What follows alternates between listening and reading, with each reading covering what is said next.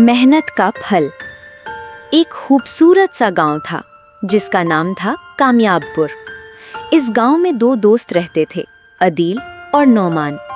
दोनों एक ही उम्र के थे, एक ही क्लास के स्टूडेंट थे, लेकिन उनकी सोच और आदतें बिल्कुल अलग थीं। अदील स्कूल से आता और सीधा कहता, अभी बहुत टाइम है, शाम को पढ़ लूंगा। फिर वो मोबाइल पर गेम्स खेलता, दोस्तों के साथ खेलता, होमवर्क कल पर छोड़ देता।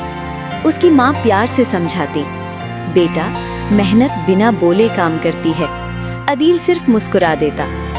नौमान स्कूल से आता, कपड़े बदलता, थोड़ा आराम करता, फिर किताब खोलता। वो रोज थोड़ा थोड़ा पढ़ता और मुश्किल सवाल उस्ताद से पूछ लेता।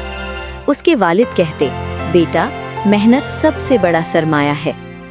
इम्तिहान करीब आते हैं। धीरे धीरे एनुअल एग्जाम करीब आ गए। अदील घबराने लगा, अब सिलेबस बहुत ज्यादा है। नौमान ने कहा, रोज थोड़ा थोड़ा पढ़ने से बोझ नहीं लगता। एग्जाम हॉल में नौमान आराम से पेपर लिख रहा था। अदील सवाल देखकर पसीना पसीना हो गया। गांव में रिजल्ट अनाउंस हुआ। नौमान ने फर्स्ट पोजीशन ले ली। अदील फेल हो गया। उसकी आंखों में आंसू आ गए। मैंने अपना वक्त जाया कर दिया। दोस्ती और हिम्मत। नौमान ने अदील का हाथ पकड़ा और बोला, फेल होना खत्म होना नहीं होता। उसने वादा किया कि वो अदील की मदद करेगा। अगले साल अदील ने मोबाइल साइड पर रखा, रोज टाइम टेबल बनाया और मेहनत शुरू की। नौमान उसके साथ पढ़ता रहा। नेक्स्ट रिजल्ट आया। इस बार नौमान पास, अदील भी पास।